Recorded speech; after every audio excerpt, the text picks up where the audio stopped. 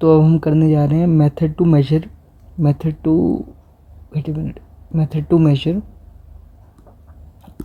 Major price elasticity of demand.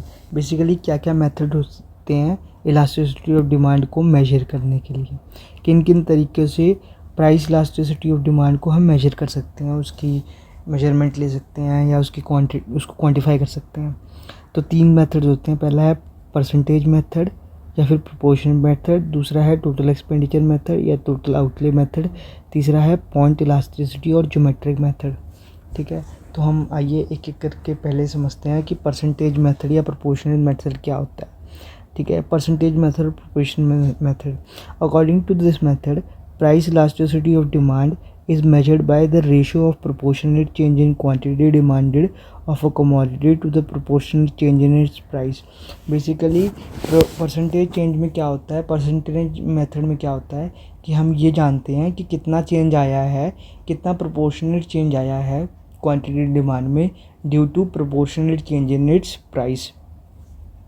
इसका formula क्या है जो मैं शुरू से गाता आ रहा हूँ, वो है price elasticity of demand is percentage change in quantity demand divided by percentage change in price.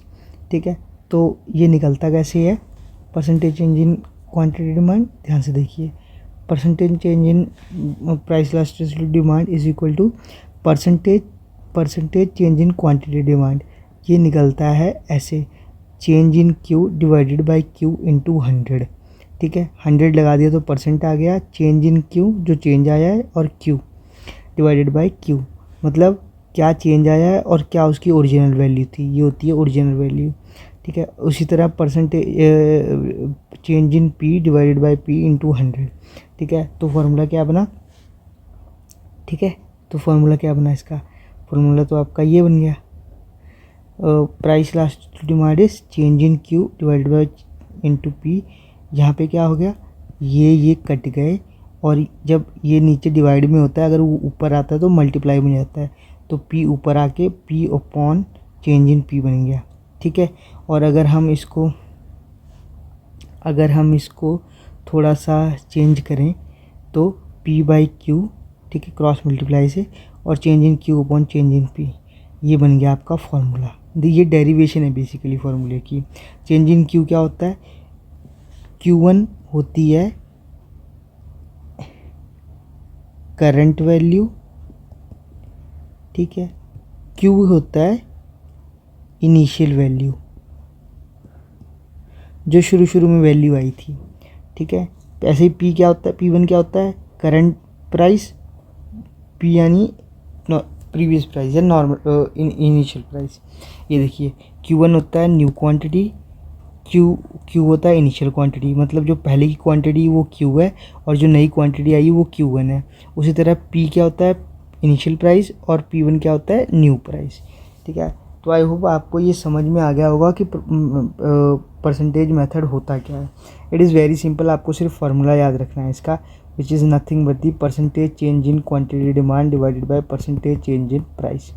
ठीक है, next one is the total expenditure method या टोटल आउटले मेथड, इसको ये भी बोलते हैं। तो इसका मतलब क्या होता है, इसका मतलब होता है change in price of good causes change in total expenditure incurred by a consumer on the good.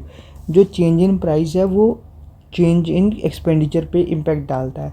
Expenditure क्या होता है, एक्सपेंडिचर मैं आपको बता देता हूँ क्या होता है। एक्सपेंडिचर होता है खर्चा, कितना खर्चा हुआ है।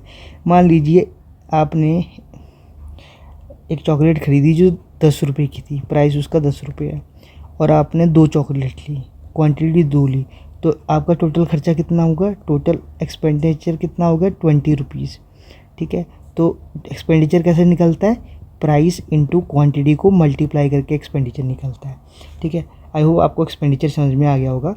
अब इसको समझते हैं ढंग से कि change in price of good causes a change in total expenditure incurred by a consumer on the good. मतलब प्राइस की चेंज होने की वजह से जो टोटल एक्सपेंडिचर है उसमें भी चेंज आता है। ठीक है, under total expenditure method we study effect of change in price of the commodity on its total expenditure. हम एक्सपेंडिचर मेथड में ये पढ़ते हैं कि प्राइस को चेंज होने की वजह से एक्सपेंडिचर पे क्या बदलाव आता है या उस पर क्या चेंज आता है। ठीक है, तो अकॉर्डिंगली 3 पॉसिबिलिटीज़ बनती है इसमें। पहली पॉसिबिलिटी क्या है, elasticity of demand is less than 1, पहली पॉसिबिलिटी बनेगी कि इलास्टिसिटी ऑफ डिमांड वो है लेस देन 1 है, ठीक है। If with fall in price, अगर मान लीजिए प्राइस फॉल हो जाए, मैं इसको इरेज कर देता हूँ, ठीक है। मान लीजिए प्राइस जो है वो फॉल हो जाए, प्राइस जो है वो गिर जाए, ठीक है, टोटल एक्सपेंडिचर फॉल्स, तो टोटल एक्सपेंडिचर भी फॉल हो जाएगा, गिर जाएगा, ठीक है। और अगर प्राइस बढ़ गया, if with rise in price of the commodity, अगर प्राइस बढ़ गया तो टोटल एक्सपेंडिचर भी बढ़ जाएगा, ठीक है। ये पॉजिटिव रिलेशन शो करता है, ठीक है। Both price and total expenditure move change in the same direction, price elasticity of demand less than 1 होता है इस केस में, ठीक है। For example it exist in all cases of necessity like fuel, seasonal vegetables etcetera. जैसे तेल की कीमत है, अगर आप उसका प्राइस कम हो गया तो टोटल एक्सपेंडिचर भी कम हो जाएगा, टोटल जो खर्चा है तेल भरवाने का वो भी कम हो जाएगा। या वेजिटेबल्स देख लीजिए, जहाँ आप 5 किलो लेते थे वहाँ आप 10 किलो लेने लग जाएंगे तो टोटल खर्चा भी कम हो जाएगा, ठीक है। अगला क्या था, elasticity of demand is equal to 1। पहला तो केस हमने पढ़ लिया कि इलास्टिसिटी ऑफ डिमांड वो लेस देन 1 है। दूसरा क्या है, elasticity of demand is equal to 1। इसमें क्या होता है, इसमें समझिए,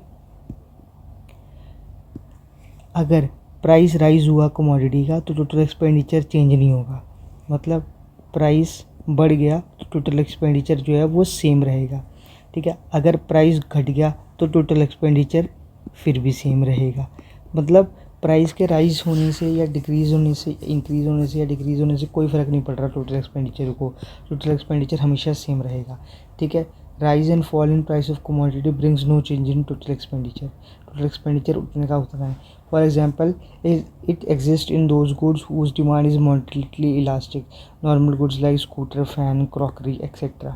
ये इनके एग्जांपल्स हैं, मतलब इन गुड्स में ये सब देखा जाता है कि price elasticity demand equal to 1 है, जिसमें प्राइस की चेंज की वजह से टोटल एक्सपेंडिचर पे कोई फ़र्क नहीं पड़ता, ठीक है। Elasticity demand is greater than 1।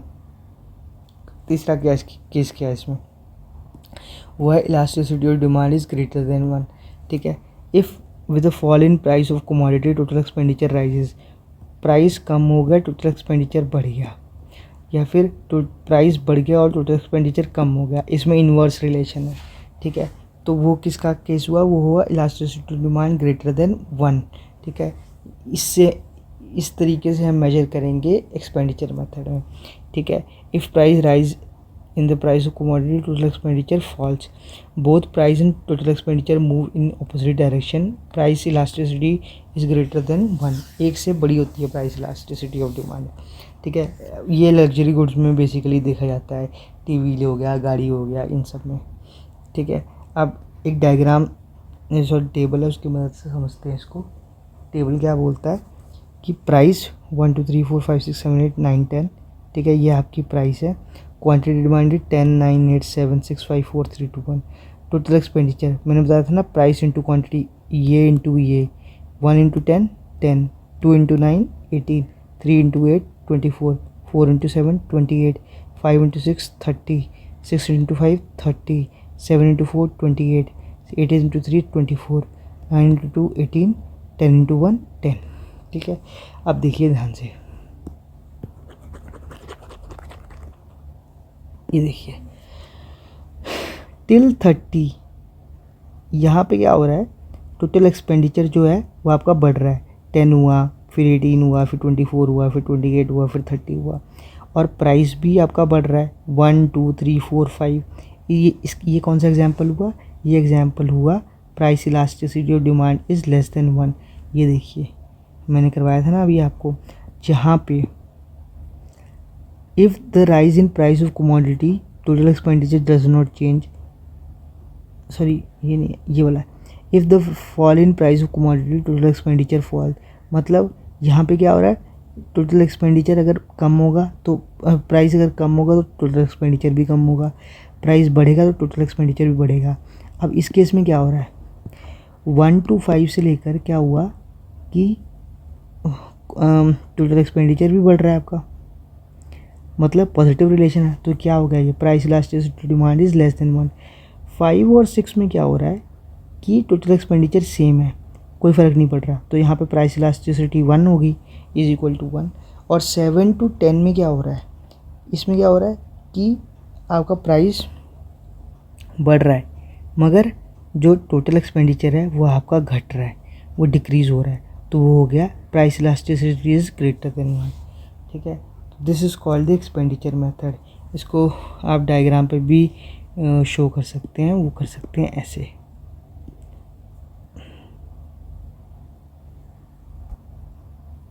ये देखिए, this is position of ABCDEFGHIJ। मैंने बोला था ना E और F पे प्राइस इलास्टिसिटी इक्वल टू 1 है, A to D price elasticity is less than 1, और F to J price elasticity is greater than 1। ठीक है, ये इसका डायग्रामेटिकल फॉर्म है। ठीक है, next one is the geometric method, या पॉइंट इलास्टिसिटी ऑफ डिमांड भी बोलते हैं इसे। ठीक है, इसका मतलब होता है this method is used when elasticity of demand is to be measured at different points on the straight line linear demand curve. ये तब यूज़ होता है जब एक स्ट्रेट लाइन लीनियर कर्व पे इलास्टिसिटी ऑफ डिमांड को मेजर करना पड़ता है। ठीक है, इसका फॉर्मूला होता है price elasticity of demand equal to lower segment of demand का divided by upper segment of demand curve. ठीक है, फॉर्मूला क्या है इसका, ये देखिए, इस डायग्राम को अब आपको ध्यान से समझना पड़ेगा।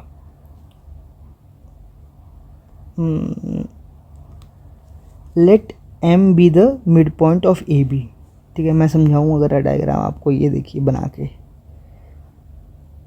y0x, ये एक स्ट्रेट लाइन है लीनियर, ये जो ये पॉइंट है ये M है, ये मिड है, इसका मिड पॉइंट है, मतलब इन दोनों को आधा आधा काट रही है। ठीक है, तो ठीक है, price elasticity demand eight M पे प्राइस इलास्टिसिटी डिमांड क्या है, ये पॉइंट A है, ये पॉइंट B है। M पे क्या है, लोअर सेगमेंट क्या है, MB। प्राइस इलास्टिसिटी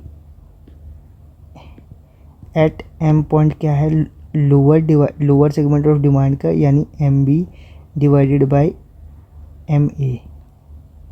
ठीक है, वही MB divided by MA which is equal to 1। ठीक है, let point D lies between AM के बीच में एक आ गया पॉइंट D। ठीक है, अब D पे पॉइंट इलास्टिसिटी डिमांड क्या हुई, D, अगर हम D पे देखें पॉइंट इलास्टिसिटी ऑफ डिमांड तो क्या हुआ, DM डिवाइडेड बाय AD, ये रहा DM डिवाइडेड बाय DA या AD कह सकते हैं। अगला क्या है कि MB के बीच में एक पॉइंट आ गया C, इस पे पॉइंट इलास्टिसिटी ऑफ डिमांड क्या है, या प्राइस इलास्टिसिटी ऑफ डिमांड क्या है, इस पे आ गया, तो लोअर सेगमेंट क्या है, CB और CA, मतलब CA है ना, CA। ठीक है, एट पॉइंट A के ऊपर क्या है इलास्टिसिटी ऑफ डिमांड, अगर देखा जाए तो 0 है, क्योंकि देखिए A के नीचे तो कुछ भी नहीं है। ठीक है, क्योंकि लोअर सेगमेंट क्या है इसका, AB, और ऊपर कुछ नहीं है, तो this is 0 which is nothing but the infinity. ठीक है, और price elasticity of demand eight B पे क्या है, तो लोअर सेगमेंट में तो कुछ है ही नहीं, तो प्राइस इलास्टिसिटी डिमांड क्या होगा, लोअर में तो 0 है, और अपर में क्या है, BA। ठीक है, विच इज़ नथिंग बट 0। ठीक है, so in short price elasticity method measures price elasticity demand at various point in a straight line demand curve. मतलब वेरियस लेवल्स पे, वेरियस पॉइंट्स पे ये प्राइस इलास्टिसिटी डिमांड को measure करती है in point method. Degree of price elasticity demand fluctuate between infinity y axis to 0 x axis. ये y axis infinity to x axis 0 के बीच में फ्लक्चुएट करती है। मिड पॉइंट हमेशा इसका प्राइस इलास्टिसिटी 1 होता है, उससे नीचे is less than 1, less elastic, और उससे ऊपर इज़ मोर इलास्टिक। तो आई होप प्राइस ये मेजरमेंट आपको समझ में आ गई होगी of elasticity of demand. This is very important to learn and to to get into your brain, because this usually comes into the exam in a very appropriate और बहुत ढंग से आता है ये, ठीक है। तो आई होप आपको ये समझ में आ गया होगा what are the measurement of the price elasticity demand, ठीक है। नाउ आई होप अगर आपको कोई प्रॉब्लम होगी या कुछ ऐसा होगा तो you will reach out to me, ठीक है। I am giving you my number 7888649134। Reach out to me if you have any issue, ठीक है। बाय।